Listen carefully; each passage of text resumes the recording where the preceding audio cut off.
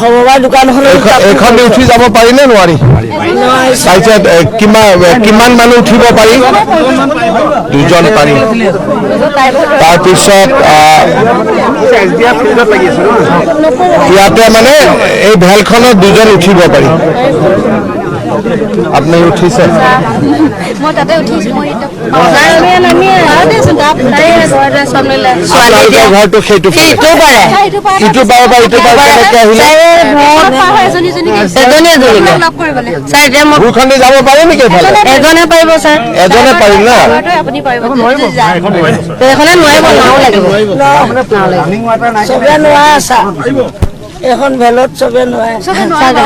মানে আমাৰ অভ্যাস নাই নহয় পৰি যাব পাৰো আচ্ছা গাঁৱৰ মানুহখন ৰাইজক এতিয়া মোক যিটো আমাৰ মন্ত্ৰীয়ে কৈ আছে আমি যদি জানটো কাটি দিওঁ জানটো আগত কাটি দিওঁ আৰু মথাউৰিটো লগে লগে মাৰি দিওঁ তেতিয়াহ'লে অসুবিধা হ'ব নেকি আপোনালোকৰ আগত গৈ নাহে জানটো কাটি দিলে বেলেগ মানুহ বেলেগৰ মানুহ নাই কাটিব পাৰিব তাত মানুহ কালি আমি এটা চাই লওঁ যদি আহকচোন কোনে বুজাব খুজিছে আহক নমস্কাৰ হয় 14খন গাঁৱৰ যিটো পৰিস্থিতি বিশেষ পৰিস্থিতিটো মানে কি সেইফালে যিটো মানে এই মাথাউৰিটো যদি সেইফালে গৈছে সেই মাথাউৰিটো বৰ্তমান যদি খুলি নিদিয়ে 3 মাহলৈ পানী এনেকেই থাকিব নহয় মথাউৰিটো খুলি দিয়াতকৈ জানটো খুলি দিলে কি হ'ব সেই দেখে জানটো খুলি নিদিলে 3 মাহ স্কুল কলেজ ল'ৰা ছোৱালী সব একো নাই মই এইটো সুধিছো বেলেগ মানে বেলেগ মানুহ অসুবিধা নহয় কিন্তু লগালগ মই যদি জানটো খুলি দিওঁ আপত্তি কৰা মানুহ কোন কোন আপত্তি মানুহ 14খন গাঁৱৰ মানুহে কোনো আপত্তি নকৰে এটাই কৰিব লগে লগে এটাই কাম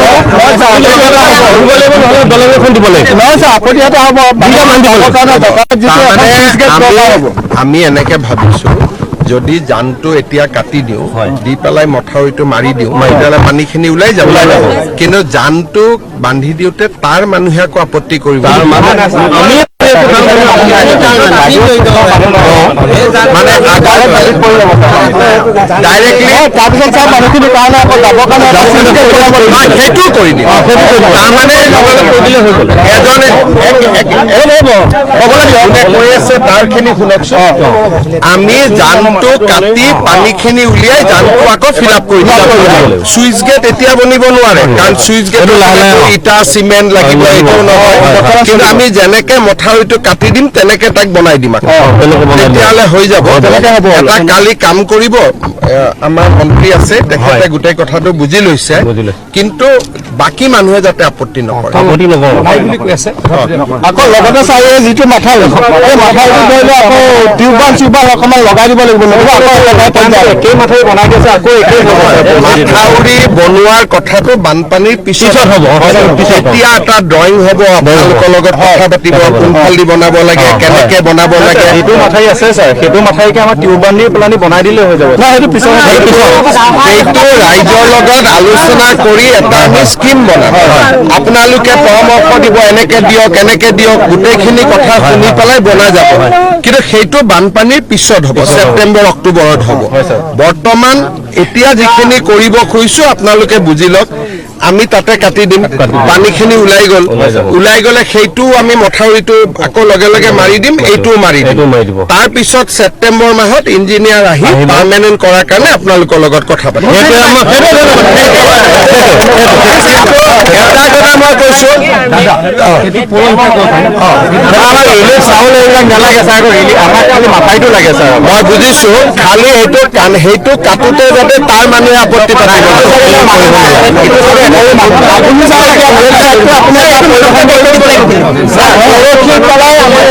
আৰম্ভ কৰি দিম মানৱেও চাব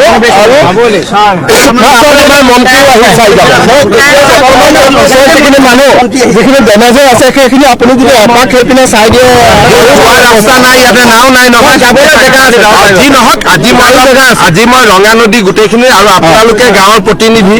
আপোনালোকৰ পৰা গোটেইখিনি কথা বুজিলোৱে গতিকে আপোনালোকে যিটো পৰামৰ্শ দিছে মই সেইটোৱে মানি লৈছো সমস্যা মানে আপুনি মানুহ দেখিলে এনেকুৱা অৱস্থা হয় যে ঘৰ যাৰ যাৰ ভাঙিছে গোটেইখিনি আপোনালোকে ধুনীয়াকৈ সহায় পাই যাব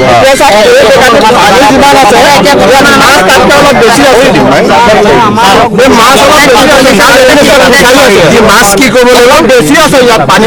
পানীটো উলিয়াই দিলে মাছখিনি মাৰিব পাৰিব ফিচাৰী ভাঙি এৰাই কৰি দিলে তেতিয়াহ'লে আপোনালোকে ফিচাৰীৰ ক্ষতিপূৰণৰ কাৰণে আপোনালোকৰ নামটো সোমোৱাই দিব আপোনালোকে জনাব লাগিব কেইটা ফিচাৰী আছিলে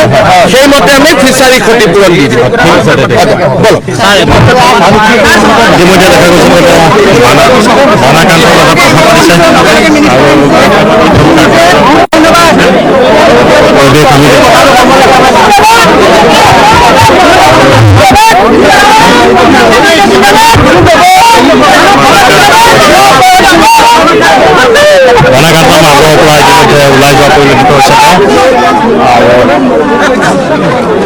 সমগ্ৰ বানাকান্তৰ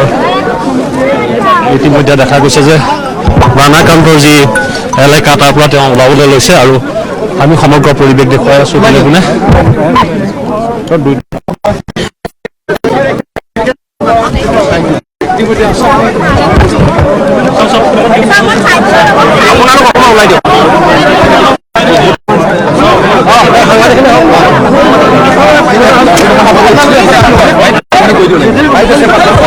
গোটেইখিনি একেলগে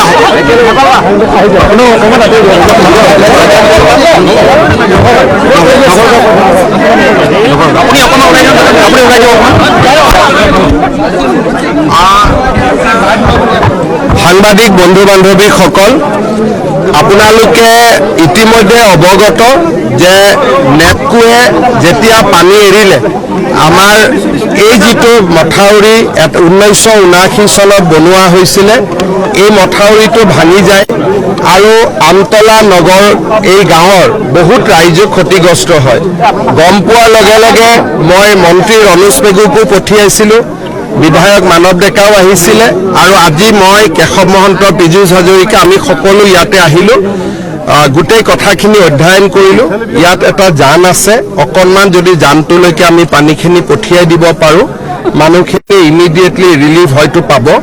মই চেষ্টা কৰিম আৰু অহা কালি পৰহিৰ পৰা আমি এই মথাউৰিটো নতুনকৈ সংযোগ কৰাৰ কাম আৰম্ভ কৰিম ঠিক বানপানী হৈ যোৱাৰ পিছত ছেপ্টেম্বৰত স্থায়ীভাৱে এই মথাউৰিটো নিৰ্মাণৰ কাম হাতত ল'ম হয় চবখিনি সুবিধা আমি কৰি দিম কিতাপৰ পৰা ফিচাৰীৰ পৰা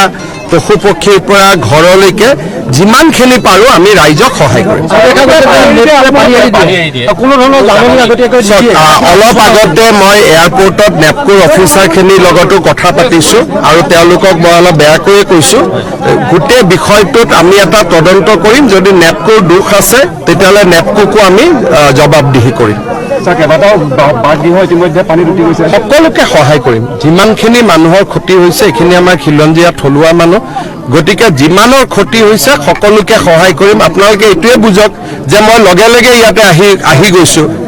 কিহৰ কাৰণে যে মোৰ নিজৰ এটা মনত টিভিত দেখিয়ে মোৰ বেয়া লাগিছে মই লগে লগে ৰাইজৰ মাজত আহিছোঁ 3-4জনকৈ আমি মন্ত্ৰীৰ লগত আহিছোঁ গতিকে আমি দুখীয়া মানুহখিনিক সহায় কৰাটো আমাৰ দায়িত্ব আৰু আমি সহায় কৰিম অবৈধ খনন চলি আছে যি কাৰণে পানী এতিয়া লগে লগে নদীপুৰীয়া শংকিত হ'ব লগা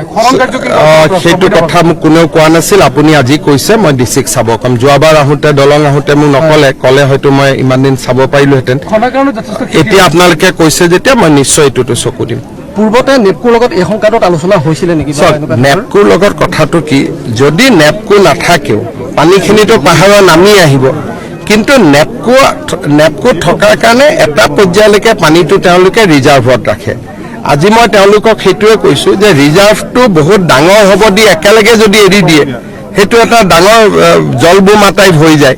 এই বিষয়টো তেওঁলোকৰ লগত আৰু অলপ সিৰিয়াসলি পাতিম 2017-18 এনেকুৱা হওঁতে মই নিজে আহিছিলোঁ নেপকোটো গৈছিলোঁ যোৱা কেইবছৰমান ভালে আছিলে এইবাৰ আকৌ এটা পৰিৱেশ হ'ল আমি আলোচনা কৰি তাৰ সমাধান এটা উলিয়াব যত্ন কৰিম হ'ব